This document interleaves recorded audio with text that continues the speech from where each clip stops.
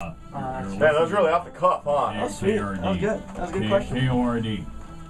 K-O-R-D. All right.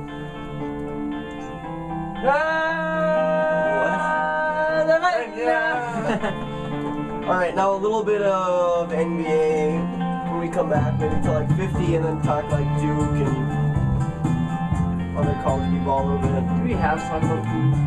Talk about the Timberwolves. Yeah, we have to talk about Duke. They suck. We talk about the Timberwolves. No. Not really anything to talk. I don't know. They got two of like the top 20 scorers in the league. That's good. Devin Love's leading the league in rebounds. He's good. How about the resurgence? How about like the emergence of him? Like, Yeah, they actually let him play. weren't they How many like? years ago did they draft him? This is his third year. And everyone Dude. was ripping on him for trading him. Everyone was ripping on the Mayo Love trade. That Holy seemed like every crap. time was terrible. The Mirror Cat, David Cohn. They knew something we didn't know. Well, Obviously, the thing is that I think this people summer were. gave them so much more confidence though. This year, Well, like playing with that team. here's a couple things. I think. One, people were questioning it because they needed a guard that could score. They still And need we already, that. and we still had Al. They had Al Jefferson. Kevin the Love same player. hasn't been as effective. It wasn't as effective until they got rid of him. That was eating Right. up playing time because he wasn't starting, and he was like totally frustrated. And I don't know. I just think that he's been good, and he's obviously going to get better every year. But like just getting to play. Well, even coming out of college, like I remember us ripping on him, like, oh, he's like not going to do a whole lot in the NBA. Like he's undersized, like he's being white, but it's true. I love that he like, shoots threes. Isn't Cole Aldridge like one of the top guys in the NBA now? He was a lottery pick, but he doesn't play at all. He doesn't get any time. He's in Oklahoma City. He's not super talented. They need him to get good. Like that would be awesome for them. Yeah. Like in 2 years they had a 7-footer that could just like play D. or just be around the basket. Because right now it's Nanad Kristich. Yeah. Who? Yeah. And Nick Collison went off the bench. Yeah. They're paying him so much money though. I looked at their payroll. He's got like the most money this year. Yeah. I was listening to that podcast with Bill Simmons and he was ripping on it. And then Nick Collison came on and they talked about it. He's like, I forgive you. I don't know. I think sometimes we underestimate how college players' games are going to translate to the NBA. Oh, no doubt. Because I mean, we were saying the same thing about Stephen Curry too. Like, was he going to be a point guard? Like, I don't think he can do that. Like, he's way small. Like, you know, he's skin and bones. But now he's a top 15 player. Yeah, the perfect system for him. Perfect. Like New York would work too. But like, Where the hell did Monte Ellis come this season? he's been good. He's like 24.5 points a game. He's like top 5 in the league almost. Carmelo I think he Anthony averaged go to New 25 York last year. Maybe after this season. He's not getting traded this year. during the year. There was something in the new Sports Illustrated about, and I don't know what's going to happen, but how like how the Rockets would do the trade even if he didn't agree to an extension. So, Yeah, but it's not like to go to the Rockets. Why? It's not like they're going to get contender for a title this year. I don't know. I can understand if you're like a power forward away or a small forward away from the end. A title contender. I saw something else too about how like Anthony's representation told the Bulls to like keep trying or something. And I think those are like realistically probably the only two places you're gonna go. And if he's a free agent, he's going to New York. No doubt. Right. Let's cut this. It's been on for a really long time. It's been on for 4 minutes already. We're supposed to play the whole This summer. gets bumper music. I'm not supposed to. Like it's the first time we've done this. You're not gonna get. Nobody's listening. Matt's listening actually. And we are Matt's listening? Give him a shout out. Matt Beckman, yeah. No, not that Matt. Oh! Barnesville Matt. Oh! Hey, Barnesville Matt. I don't even know what his last name is. Asgard.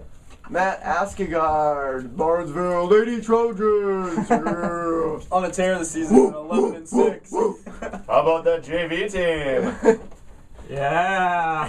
Luke Cutler needs a contract extension before the season's up, or he's not coming back. Let's just You have our information. Yeah. I'm his Contact us. agent. Also, I'm officially Luke's assistant JV coach, so if it's okay with you, I'd love to like put a tie on and sit on the bench one game. I'm just throwing that out there. I'll draw some plays up and stuff. and stuff. Wow. Okay, so where are we going now? Talk about a great conversation starter. With this segment that just kind of. I'm envisioning what this is gonna look like. So, are we going to NBA or NCAA? NBA, man, don't try to skip the fact that the Celtics played the Lakers this weekend. And yes, it's the regular season, but the bottom line, I think one thing that you can definitely take from it is that the Celtics, what are you knocking your ring for? Celtics have more championships. We've been over this before. What have you done for me lately? Don't start that again. Yeah, don't start that again. But the fact of the matter, I think the biggest thing you can take from it is that the Celtics made it a point to beat. Cleveland has won 8 games. Okay, stop. We're changing subjects. Okay, that was talking about- kind of an epiphany. I had no idea it was that few. Sorry, go back to the Lakers Celtics. The Celtics, I think the clear thing that you can take from that game is that the Celtics made it a point in the offseason to beef up on the interior. And whether Shaq scored or not, I don't even think he scored. But you know what? He did certainly have an impact on the physicality of the game and letting other players like Andrew Bynum and Pau Gasol get into a flow. And I know that Bynum got into foul trouble too. But when Jermaine O'Neal comes back healthy, Semi Erden got starting opportunities, and Kendrick Perkins is starting to come back too. When you put all of those guys together in the front court, that's going to, present the fouls that they're going to be able to give and the physicality with which they'll be able to play in the postseason, I think that bodes well for the Celtics against the Lakers. It bodes well against Orlando and Dwight Howard, especially when Orlando's only got one post really these days, it seems like. Yeah. So I think that's huge for the Celtics that they made those moves. They knew that that's where they got beat up in the finals last year in Game 7, and they made additions. One thing I will say, I'm not trying to harp on the Lakers here, but if you look at their, 2 quote-unquote blockbuster games that were scheduled, from the beginning of the year, Heat at Lakers and Celtics at Lakers, both have been Laker defeats. And I know it's regular season, I know blah, blah, blah. But those are big games that you get up for, honestly. I honestly think that, people cared about those games. The players cared about those games. Of course, not the playoffs, but, it was Christmas Day. You're going to play to win those games. You're going to play your hardest. And then the Celtics, of course, are always great games. Mm-hmm. So, I don't know if it's a sign of things to come, but, versus the, top tier of the league right now, the Lakers haven't really measured up as of yet. And, I don't know. Just kind of something to think about, those two big games that they've had so far. Yeah. Although I'm pretty sure the Lakers split the series this year with the Celtics. They haven't played. This is the first game. I thought they played before. No. Okay, never mind. Sorry. No. I thought it was before Christmas. My bad. They play in like 2 weeks, again on Sunday afternoon.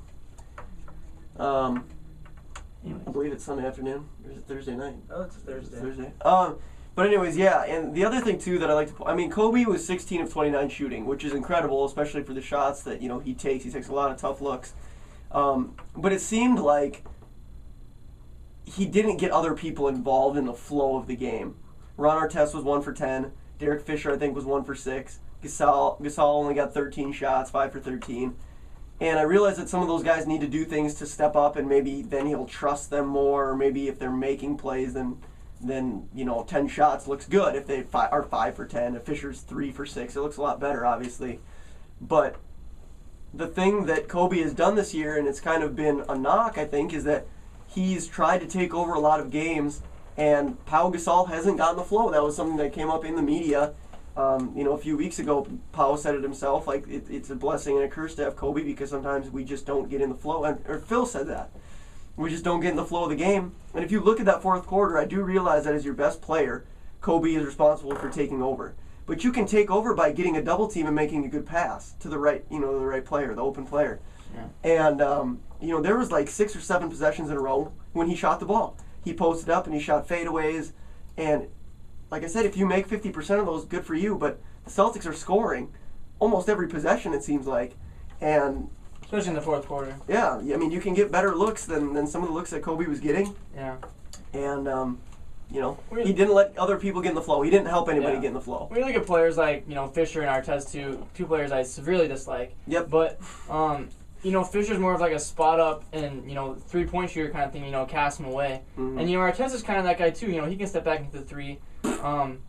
But you know, I don't think they were giving Gasol legit looks though. I mean, because he's more of like a post up, let me do my work on one half of the floor, give me half the court and let me do my work kind of thing. Mm-hmm. And maybe it is those new big boys for the Celtics. I don't know. Yeah. Maybe just shied away from it or whatever. Didn't think that they had the right matchup there that they were looking for, which is obviously great news for the Celtics. But yeah, for sure. And I will let Ron Artest shoot all day. I know he hit that 3 in Game 7 against the Celtics, but I think he's shooting like, I want to say low 30s. Maybe it's 39. Maybe it is higher than I thought, but I don't know. He's not a great shooter. When you look at the Lakers too, I mean, I know they've won back-to-back championships, but like the spot-up shooters that they maybe lack. Mm-hmm. Honestly, with a guy like Kobe who can draw double teams, and he can kick it out to guys.